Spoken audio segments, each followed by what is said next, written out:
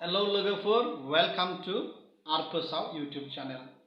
दिनै बे भिडियोआव जोङो दा सोलिबाय थानाय हट टपिकनि सोमोन्दै इन डिटेल सावरायगोन।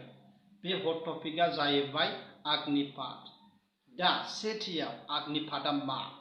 अग्निपाथआ जाहैबाय गभर्नमेन्ट अफ इन्डियानि इन्डियान आर्म फोर्सेसआव रिक्रुट खालामनायनि मोनसे गोदान आदब। इन्डियान आर्म फोर्सेस बुङोब्ला अल डिफेन्स फोर्सेस जेरै आर्मी, एयरफोर्स आरो नेवी बे मोनथामावहाय अग्निपाथनि स्किमनि जोहै रिक्रुट जागोन। नैथियाव एज लिमिट 17.5 निफ्राय लानानै 21 बोसोर बैसोनि मानसिफोरा बे अग्निपाथ स्किमावहाय एप्लाइ होनानै रिक्रुट खालामजानो हागोन। थामथियाव सैलारि स्ट्राक्चार। दानिया जाय मानसिफोरा अग्निपाथ स्किमनि जोहै बेयाव आर्म फोर्सेसआवहाय रिक्रुट जागोन बिथांमोननि फार्स्ट इयरनि सैलारिया जागोन 4,76,000 इनक्लुडिं EPF आरो PPF। बिदि बारायै 4 बोसोरावहाय बिथांमोननि सैलारिया जागोन 6,92,000 इनक्लुडिं EPF एन्ड PPF। बियो इयरलि सैलारि, बोसोरावहाय बे एसेबां मोनगोन। दानिया ब्रैथियाव आदार बेनिफिट्स। मा आदार बेनिफिट्स बिथांमोना मोनगोन? सेथियाव जाहैबाय रिस्क एन्ड हार्डशिप। रेशन मोनगोन, ड्रेस मोनगोन, ओमफ्राय ट्राभेल एलावेन्स मोनगोन। नैथियाव full pay and interest for non service period if candidate is disabled during service. हमनानै ला नोंथाङा 1 बोसोर होजेननायावनो लेंग्रा जानानै थानांबाय, गुलि नांनानै, बा आखाइया गज' जानानै थानांबाय, बा माबा मोनसे बेबायदि बिपदाव गोग्लैनानै थानांबाय, अब्लाबो नोंथाङा फुल पे मोनगोन। बेजों लोगोसे इन्ट्रेस्टबो नोंथांनो होफागोन। थामथियाव सेवा निधि। बेयो कमप्लिटलि टेक्स फ्री जागोन। बेखौ जोङो सेवा निधिखौ उनाव सावरायनोसै।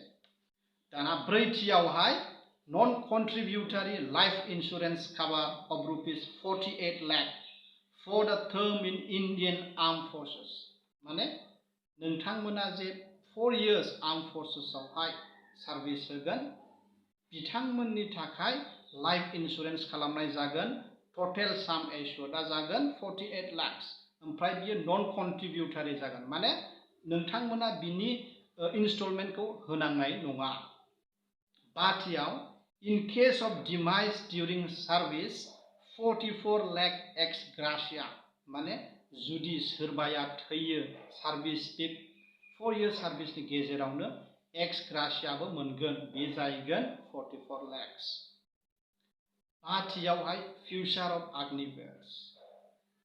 माने 4 बोसोरल' जे बिसोरो सार्भिस होगोन आर्म फोर्सेसआवहाय, बिनि गेजेरावनो 25% एबा 25%खौ रेगुलार केडारावहाय लागोन, बा 75%खौहाय रिटायार होनाय जागोन।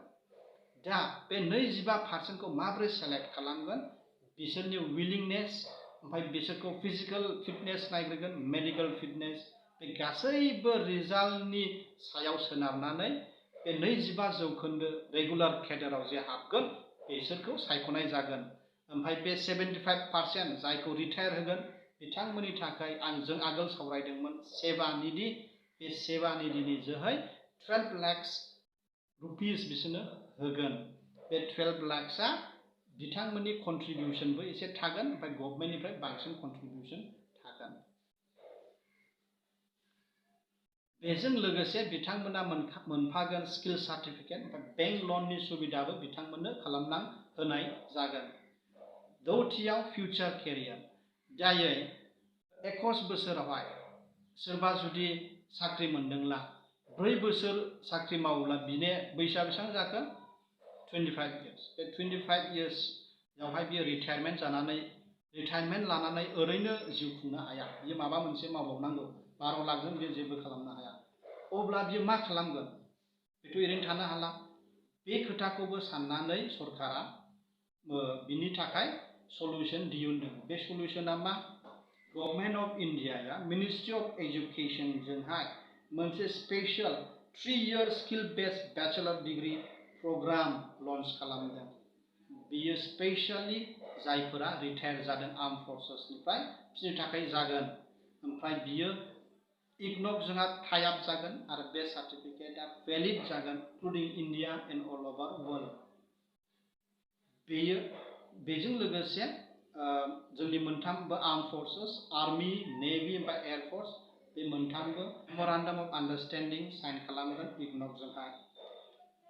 दा जोबनायाव जों फैबाय, जोबनायाव जाहैबाय जुदि गासैबो आस प्लान थाङोब्ला, जे थांखिखौ खालामदों बिदि थांखि बायदि थाङोब्ला आग्निपाथ स्किमनि गिबि खेबनि रिक्रुटमेन्ट रेलिया 2022 एबा नैबे बोसोरनिनो सेप्तेम्बरनिफ्राय अक्ट'बरनि गेजेराव जागोन। जाय बिथांमोना आर्म फर्सेसआवहाय आर्मी नेभि एबा एयारफोर्सआवहाय जइन जानानै हादरनि थाखाय सेवा खालामनो लुबैदों बिथांमोना डेटखौहाय गोसोआव लाखिदो जाहाथे थाथ'लाङा।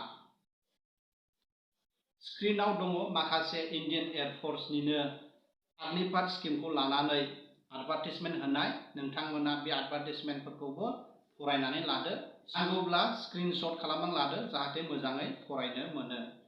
बे एसेनो बुंनानैनो आं दिनैनि बे भिडिअखौ फोजोबबाय। गोजोन्थों।